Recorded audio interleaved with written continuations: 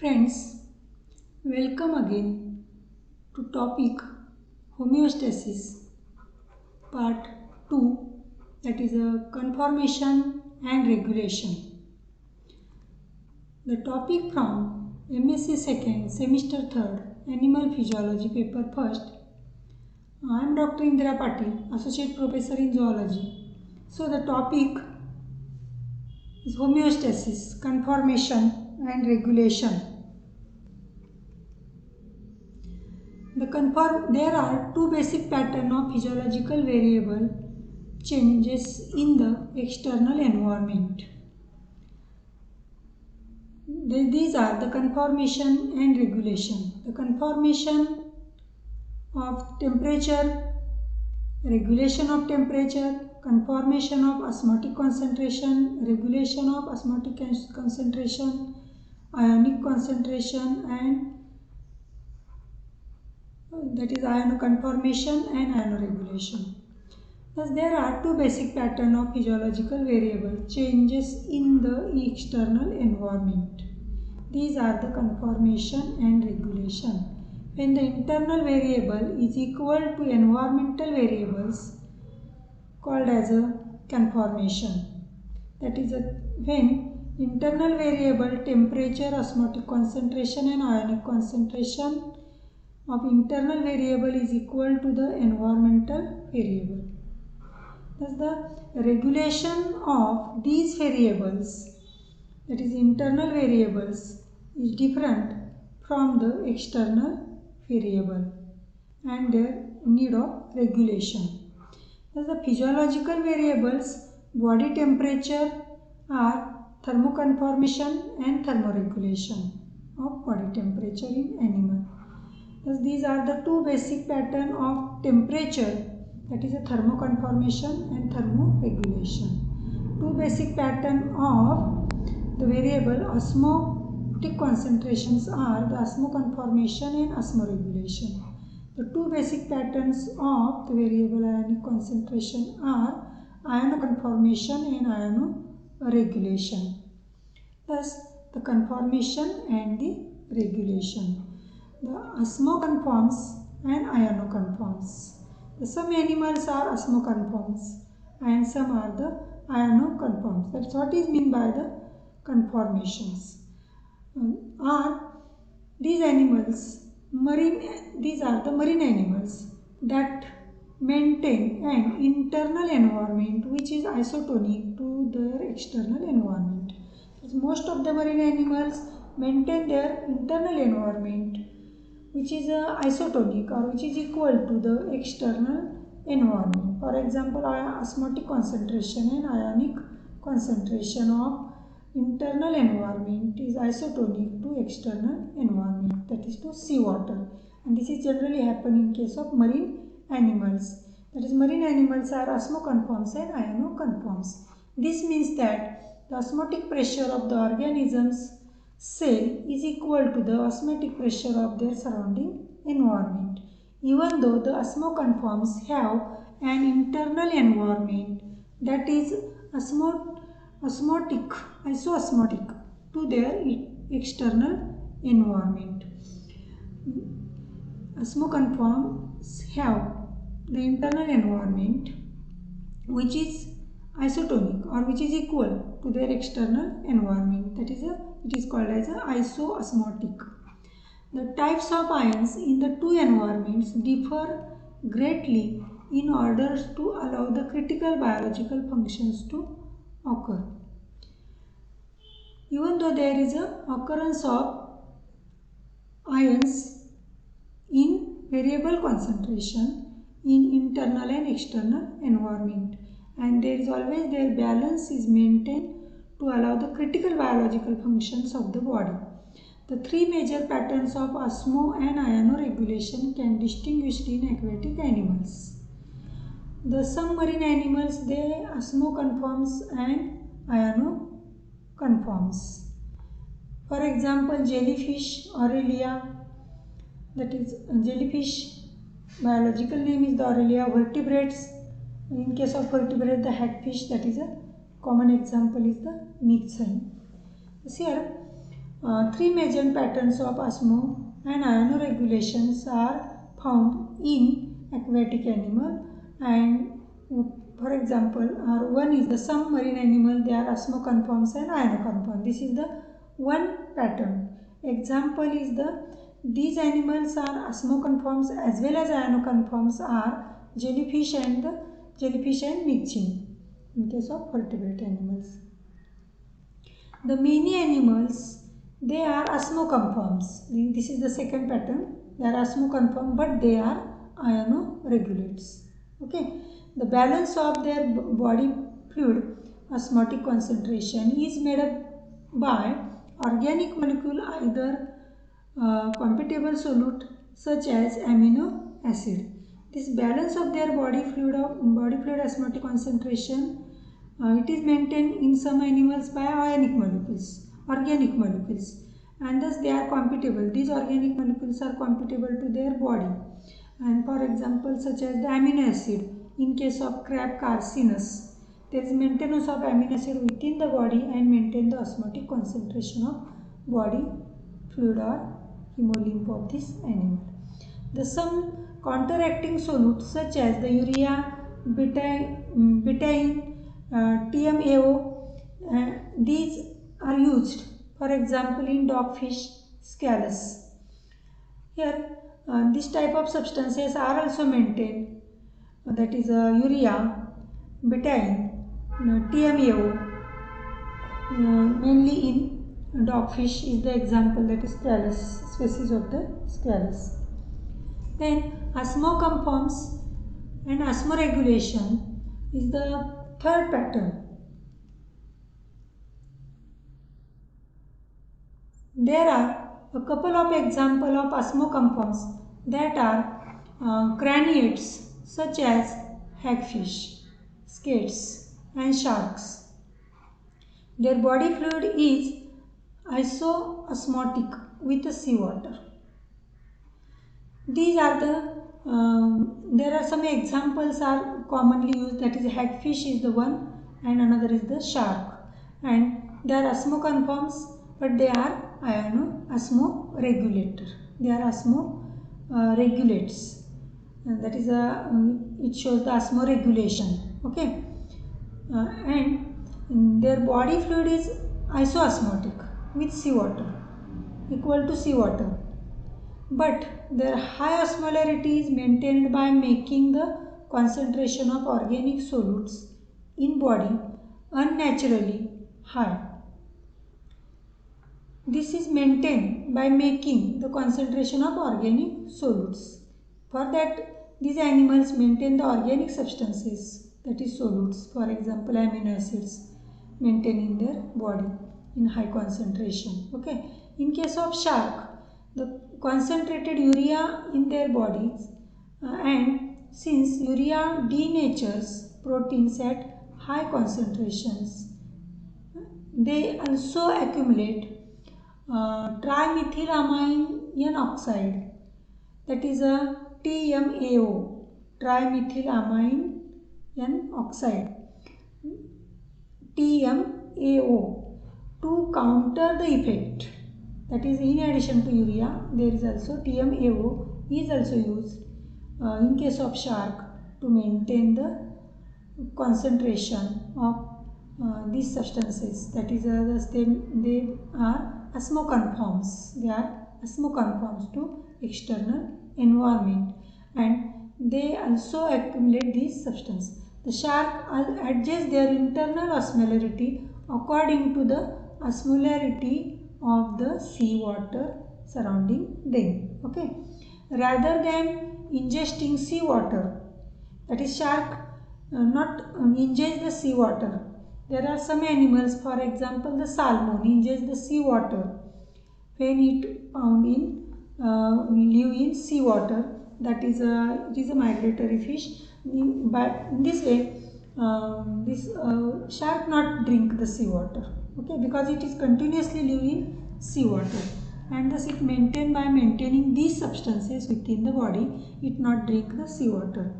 Thus, rather than drinking the seawater, in order to change their internal salinity, sharks are able to absorb the seawater directly absorb the seawater, and this is due to the high concentration of urea kept inside their body. It is possible because of the urea is always present in their body, is maintained within the body, and directly because of that water is absorbed within the body, and it is not need to drink seawater like the salmon. Okay, this high concentration of urea creates a diffusion gradient which permit the shark to absorb the water in order to equalize the concentration differences.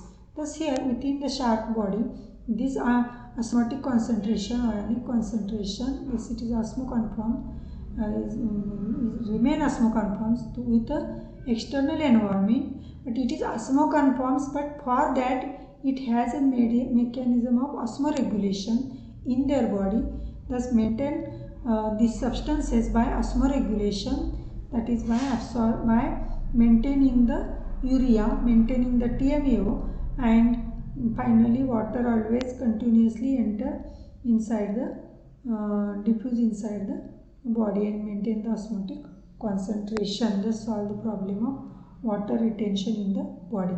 Thus here about the shark. Then another the crab eating frog or Rana cancrivora is an example of vertebrate osmoconformer.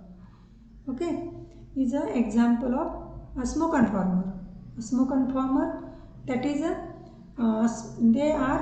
their osmotic concentration is equal to external environment.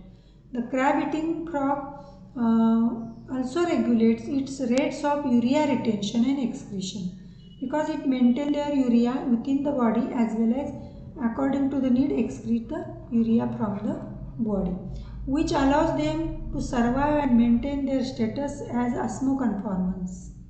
It allows to survive in that marine water and also to maintain their status in their environment. That is it become osmoconforms in wide range of external salinities, not only particularly in seawater but in wide range of salinity, by excreting the urea and by maintaining the urea within the body. This is the mechanism of osmoregulation. Thus it, with the help of osmoregulation, it become osmoconform. Okay. The some animal, third pattern is a osmoconform and osmoregulation. First is the osmoconform and ionoconform. Second is osmoconforms and ionic regulation. Third is osmoconform and osmoregulation. Thus hagfish maintain an internal ion composition plasma that differs from that of the seawater. The hagfish maintain internal ionic composition in their body, in their blood plasma, and it is different from the seawater. It is not osmoconforms. The internal ionic environment of the hagfish contain a lower concentration of divalent ions and slightly higher concentration of monovalent ions, and the hagfish therefore have expend some energy for osmoregulation. Thus it has to expend the energy on osmoregulation for maintaining of the lower concentration of divalent ions and high concentration of monovalent ions, and thus it maintain the internal ionic composition within the plasma. Okay. Thus here osmoconforms and osmoregulation. The many marine vertebrates have a lower osmotic concentration than the seawater. Thus they are osmoregulate and ionoregulate. Thus in addition to that, one more pattern, that is a osmoregulate and ionoregulate, that is many vertebrates have a osmoregulation mechanism and ionoregulation mechanism, that is osmotic concentration than the lower osmotic concentration than the seawater in some vertebrate lives in marine water. That is, they are not osmoconforms. They have to perform the osmoregulation and ionoregulation. The salmon salmo is the freshwater fish, another lamellibrand mollusk. That is salmon salma is a freshwater fish, and lamellibranch mollusk, freshwater lamellibranch, this is bivalve. Okay, the anodonta are the example of osmoregulate and ionoregulate. The terrestrial animals and freshwater animals must osmoregulate and ionoregulates. The most of the terrestrial animals and freshwater animals, they are not lives in high salt concentration, that is like the marine animals. Thus these terrestrial and freshwater animals must osmoregulate and ionoregulate. Thus they having this body mechanism for the osmoregulation and ionoregulation. Okay. Thus examples are the salmo-salma, freshwater mollusca, anodonta, and most of the terrestrial animal and freshwater animal. Thus, in addition to these terms, euryhaline and stenohaline terms are used. The term eury and steno are applied to physiological variables. For example, salinity. In case of salinity variable, these terms are commonly used, euryhaline and stenohaline. That is, they are osmoconforms in small range of the salt concentration, or they are the ionoconforms in small range of ionic concentration within the body, or even the temperature. They are tolerant to small range of temperature or wide range of temperature, that is respectively euryhaline and stenohaline. In case of salinity, the euryhaline is used. In stenohaline, it is also used for the salinity variable, that is survive over wide range of external salinity called as a euryhaline. Okay, and survive more restrictive narrow range of external salinity. Suppose for animal lives in 200 to 300 is the small range. Milliosmolar is the concentration of the water, or osmotic concentration of the water. Okay, and that is salinity. Or in case osmotic concentration, that is it having that low salt concentration, or that is salinity is low. Okay, thus use the term euryhaline, stenohaline. But when they lose from 200 to 100 and 200, that is 1200, that is osmotic concentration of the external environment. Thus they live in wide salinity of the water called as a euryhaline. The most osmoconforms are marine invertebrates. Generally, osmoconforms are marine invertebrates animals such as the echinoderms starfish, mussels, that is a bivalves. Okay, then marine crabs, lobsters, jellyfish, ascidians, that is Hardmania, and uropods. Then primitive chordates, sea squid, primitive chordates, and scallop. These are the some examples. These are the some examples of osmoconforms. And what about the other? Some are stenohaline and some are the euryhaline. That is, some insects are also osmoconforms. Some osmoconforms such as the echinoderms also. But some osmoconforms are stenohaline. They are osmoconforms to small range of salinity. Small range of salinity, not a wide range of salinity. Which means they can only survive in limited range of external osmolarities. The survival of such organism in this continent on their external osmotic environment remaining relatively constant. Okay. On the other hand, some osmoconforms are classified as a euryhaline. That is, they are osmoconforms to wide range of water, which means they can survive in broad range of external osmolarities. The mussels are a prime examples of euryhaline osmoconforms. They are prime example of euryhaline. That is, they found in wide range of osmotic concentration of the water. They are also found in fresh water as well as in marine water as well as ocean water. The mussels are prime examples. The mussels have adapted to survive in broad range of external salinities due to their ability to close their shell. This is possible because of they can shell their external their covering, that is the shell, and which allows them to remain protected inside the shell, that is which allows them to seclude themselves from unfavorable external environment. If their internal environment is having low salt concentration or ionic concentration and external is marine environment, then how they can maintain their body? By closing their shell, it is possible. Okay, or it is the opposite, it may be the opposite in case of when they are found in fresh water and internal concentration, salt concentration may be the high, then opposite is the condition, but they remain closed inside the shell.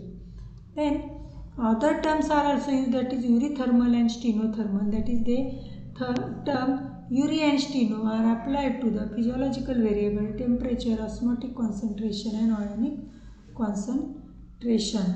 And thus the temperature, this eurythermal and stenothermal can be used for the temperature. Okay, the terms pi kilo and homeo are useful to physiological variable is a constant or variable. Pi kilo and homeo, that is pi kilo that is a they are constant, and if it is a variable then homeo, that is constancy and change in internal variable are the homeo and pi kilo. These terms are used. For example, pi kilothermic and homeothermic. For example, the constancy of the temperature within the body according to the even there is a change in external environment, and homeothermic, that is a there is a changed condition according to the external environment. Similarly, pi kilo osmotic and homeosmotic, pi kilo ionic, homeoionic, these terms are also used. Thus the Uri steno and pi kilo homeo, these terms are used for these different types of variables, that is the temperature, salinity, osmotic concentration, ionic concentration, body fluid. Okay.